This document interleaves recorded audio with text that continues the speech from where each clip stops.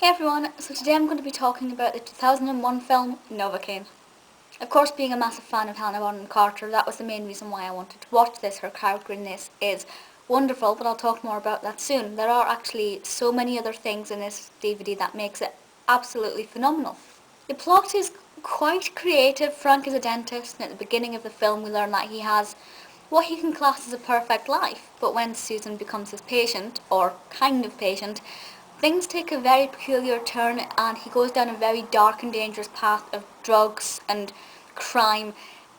It's not what I expected at all from this. And first of all, the fact that it's about a dentist is terrifying. There are a lot of dentist imagery going on here, which if you're scared of the dentist is quite hard to handle. I'm not the biggest fan of the dentist, so watching this is like terrifying. I'm more scared of the bits set in the dentistry office than I am of the bits that are kind of gruesome and graphic and quite intimidating. So in that sense alone, it's terrifying for that factor. Having said that, it is not a scary film. It is a comedy, which does take serious turns at alternate moments. The script is written by Paul Felopulos and also David Atkins. Atkins directed this. And there are so many lines in this which I just think that really adds quite a lot to that scene. Just little snippets, things, little words that are said. And it works very, very well with the development of the story. So I think the script is fantastic. Directing is brilliant. They used a lot of, again, dentistry images to kind of come across the directing. The use of the x-ray is kind of scary, and there's this recurring motif of tooth decay, which again makes me sit and think, right, I never want to go to the dentist, but it also makes me think I need to get to the dentist to make sure my teeth aren't going to fall out at any moment.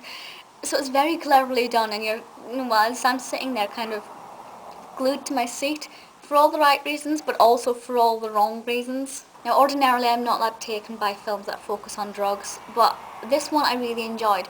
However, for me, at least the way I perceived it, it's not so much about the drugs, it's about characters judging people in alternate lives, and how having a perfect life does not mean that that person is going to be a better person than the person with no money and no job and addictions and things. It's about judging characters accurately, and I will say that it is the characters that make this film perfect for me. Yes, the script is great. Yes, the directing is very creative, very innovative. It's the characters. Frank, as a character, played by Steve Martin, didn't think I was going to get on with him. When I saw him at the beginning, I thought, I'm not going to like you. His development throughout is fantastic. He did some things which I thought, yes, I just love this character so much. Jean, played by Laura Dern, I'm not going to say much about her. I didn't really like her from the beginning, didn't really like her at the end, but it was a love-hate relationship. I loved watching her. I really enjoyed her involvement in this. And then we have Susan, Helena Bonham Carter. Absolutely fantastic. I never thought I'd say this, but she's one of my favourite Helena characters instantly. I didn't expect that from this film. I had a lot of issue getting hold of this film. It wasn't in any shops that I could find. For some reason I wasn't buying it on Amazon.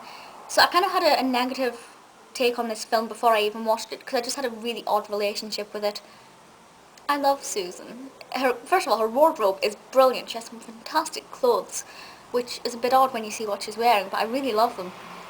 And it's her development in this. I think she's wildly misunderstood, and in a way she reminds me a lot of Marla Singer.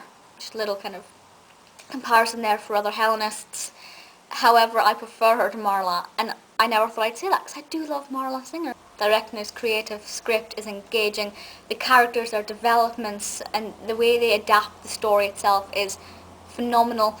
The ending is, it's worth watching the entire thing just for the end. It's sensational. I didn't expect that. And there was one moment towards the end where I thought it was going in one direction, and I thought, you can't do this to me, you can't end it like this.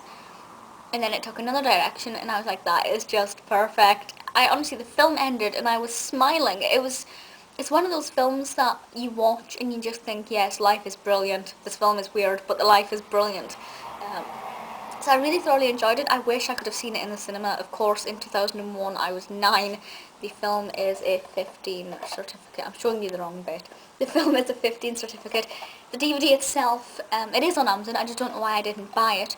It's about £5 or £6. It's not that expensive. I might have got mine in CEX or HMV. I really can't remember.